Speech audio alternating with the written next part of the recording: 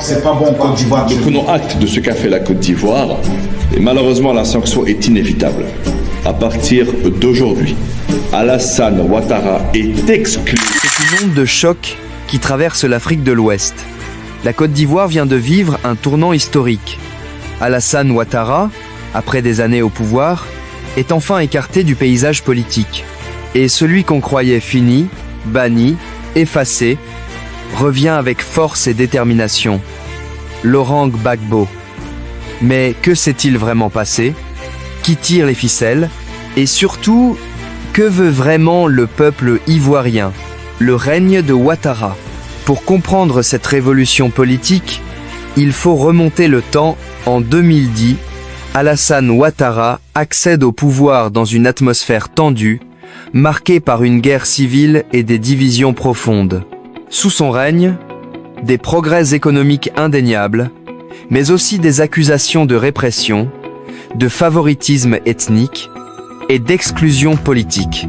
Les Ivoiriens, pendant plus d'une décennie, ont vu un pays se transformer, mais à quel prix?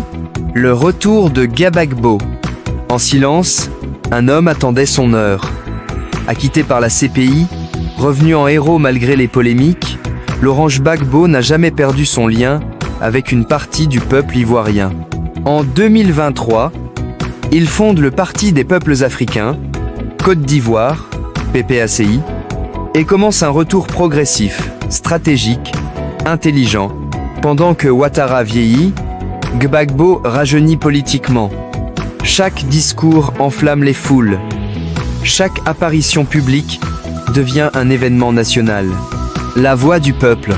Mais ce n'est pas Gbagbo seul qui a fait basculer les choses. C'est le peuple. Des jeunes fatigués du chômage, des anciens nostalgiques d'une époque plus souveraine, des femmes en quête de justice sociale. Le peuple ivoirien s'est levé. Dans les rues, sur les réseaux sociaux, dans les urnes, un message clair. Assez. Assez de division. Assez de promesses non tenues. Assez de silence.